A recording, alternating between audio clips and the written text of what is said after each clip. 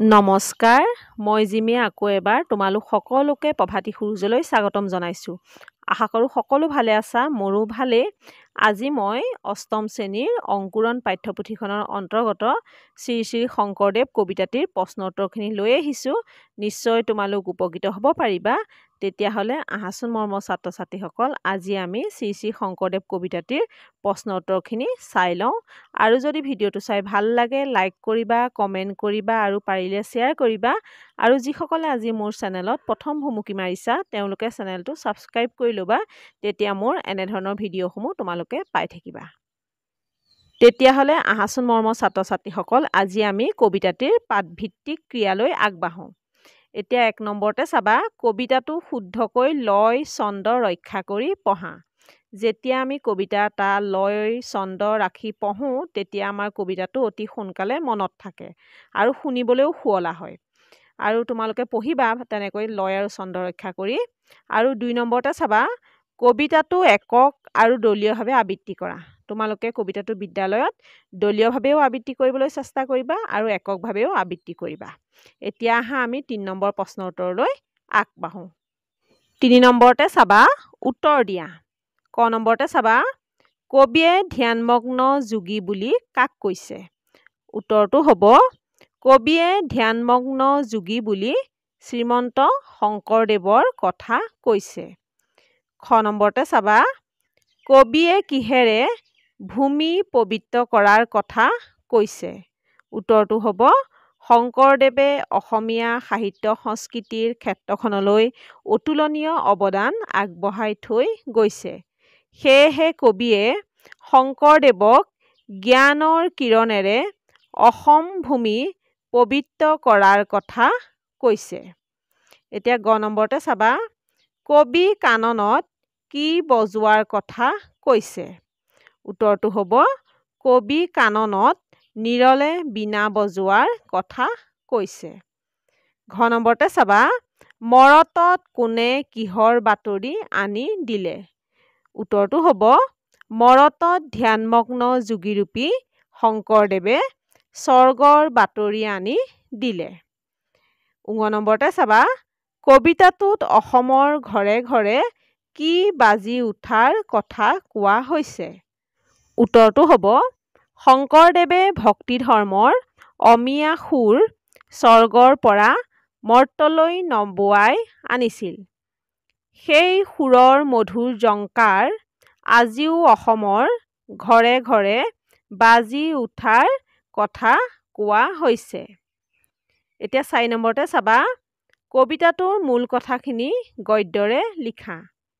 উত্তৰটো চাবা, যতীন্দ্ৰনাথ দুৱৰাদেৱে শ্ৰী শ্ৰী শংকৰদেৱ কবিতাটোৰ জৰিয়তে অসমীয়া জাতীয় জীৱনলৈ আগবঢ়োৱা শ্ৰীমন্ত শংকৰদেৱৰ অৱদানৰ বিষয়ে উল্লেখ কৰিছে। অসমৰ জাতীয় জীৱনক সাহিত্য সংস্কৃতি সভ্যতাৰ এক গৌৰৱময় স্তৰত উপনীত কৰোৱা শ্ৰী শ্ৰী শংকৰদেৱৰ অৱদান অতুলনীয় আৰু অপৰিমেয়। অসমৰ বিভ্ৰান্ত তথা বিশৃংখল সমাজ জীৱনক মহাপুৰুষজনাই ভক্তি ধৰ্মৰ দ্বাৰা একতাৰ ডোলেৰে বান্ধিছিল। অসমীয়া সমাজক ধৰ্ম, ভাষা, জ্ঞান আদিৰে নতুনকৈ জীৱন দান কৰিছিল। তেখেতে জাতীয় জীৱনৰ সকলো দিশতে সংস্কাৰমূলক দৃষ্টিভংগীৰে এক পৰিশীলিত জীৱনবোধ জগাই তুলিবলৈ নিৰন্তৰ প্ৰয়াস কৰিছিল। আমাৰ জাতীয় সংস্কৃতিৰ ৰীতি-নীতি, চিন্তা ভাৱনা, সৃজন মনন এই সকলোতে শ্ৰী শ্ৰী শংকৰদেৱৰ প্ৰভাৱ বিস্তাৰ কৰিছিল। অসমৰ বিভিন্ন জনগোষ্ঠীৰ লোকক একতাৰ ডোলেৰে বান্ধিবলৈ মহাপুৰুষজনাই নাম ধৰ্ম প্ৰচাৰ আৰু প্ৰসাৰত ব্ৰতী হৈছিল। বেদ উপনিষদৰ সাৰভাগ গ্ৰহণ কৰি বিভিন্ন ধৰণৰ গ্ৰন্থৰে তেওঁ অসমীয়া সাহিত্যৰ ভঁৰাল চহকী কৰিছিল। তেওঁ প্ৰচাৰ কৰা ভক্তি ধৰ্মত ক্ষুদ্ৰ স্বাৰ্থ ভিন ভিন মনোভাৱ আঁতৰাই সকলো সম্প্ৰদায়ৰ লোককে একতাৰ এনাজৰীৰে বান্ধিছিল। এইদৰে সকলোকে একতাৰ এনাজৰীৰে বান্ধি ৰখা আৰু অসম ভূমিক আগবঢ়াই লৈ যোৱা শংকৰদেৱ আছিল অসমৰ ৰত্নস্বৰূপ। এক দেৱ এক সেৱ এক বিনে নাই কেও বোলা নাম ধৰ্মৰ মূলমন্ত্ৰৰ প্ৰবক্তা মহাপুৰুষগৰাকী অসমীয়া জাতীয় জীৱনৰ শংকৰ সূৰ্য হৈ অনন্তকাল উজ্বলি থাকিব। এইবাবেই তেৰাই অনৈক্যৰ মাজত ঐক্যৰ সন্ধান কৰি অসমৰ সংস্কৃতিক জাকত জিলিকা কৰি থৈ গৈছে, যাৰ ফলস্বৰূপে আমি ভাৰতীয় জীৱনশৈলীত সা-সন্মানে নিজৰ স্থিতিক লৈ গৌৰৱ কৰিব পাৰিছোঁ। শংকৰদেৱৰ কাৰণে আজি আমি নিজকে অসমীয়া বুলি চিনাকি দিব পাৰিছোঁ আৰু আমি গৌৰৱবোধ কৰিব পাৰিছোঁ। এইখিনিয়ে হৈছে কবিতাটোৰ মূল কথা।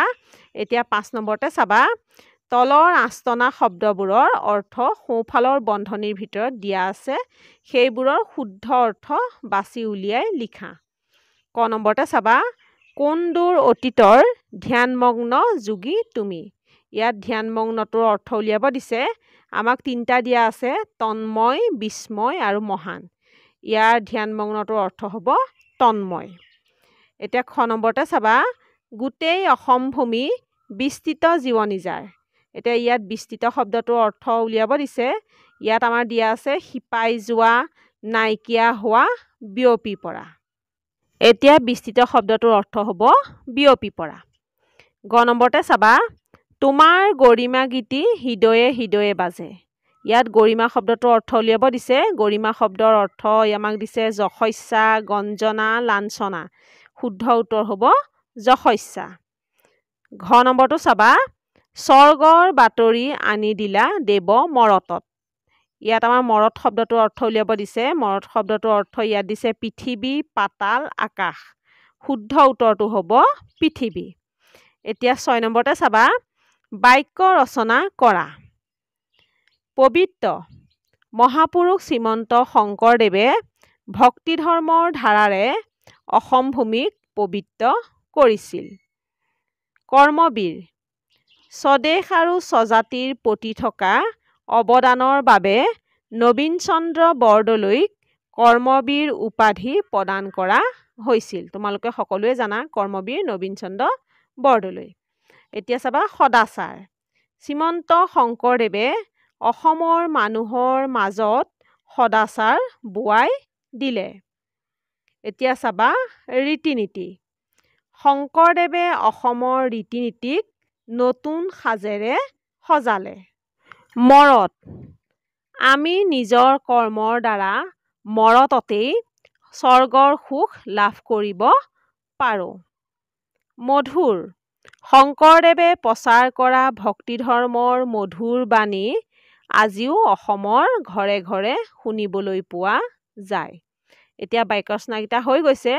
7 নম্বৰটো চাবা, কবিতাটোৰ পৰা শব্দ আনি খালী ঠাই পূৰ কৰা। মানে কবিতাটোৰ এটা দফা তোমালোকক খালী ঠাই হিচাপে দিছে আৰু তাত তোমালোকৰ যিকেইটা শব্দ নাই কবিতাটোৰ পৰা আনি পূৰাব দিছে।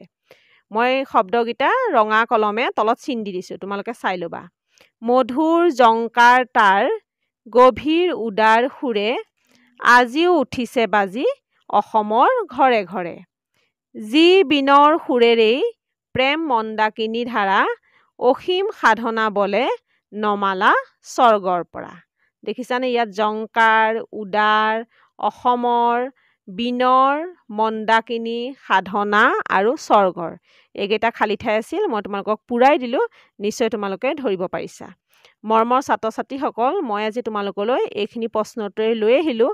অতি সোনকালে তোমালোকলৈ মই এইটো কবিতাৰ পাৰ্ট 2 ভাগটো লৈ আহিম, তোমালোকে চাই থাকিবা। তেতিয়াহ'লে আজিৰ ভিডিঅ'টো এইখিনিতে সামৰণি মাৰোঁ। আজিৰ ভিডিঅ' চোৱা সকলোলৈকে মোৰ ফালৰ পৰা বহুত বহুত ধন্যবাদ জনাই আজিৰ ভিডিঅ'টো সামৰণি মাৰিছোঁ। ধন্যবাদ।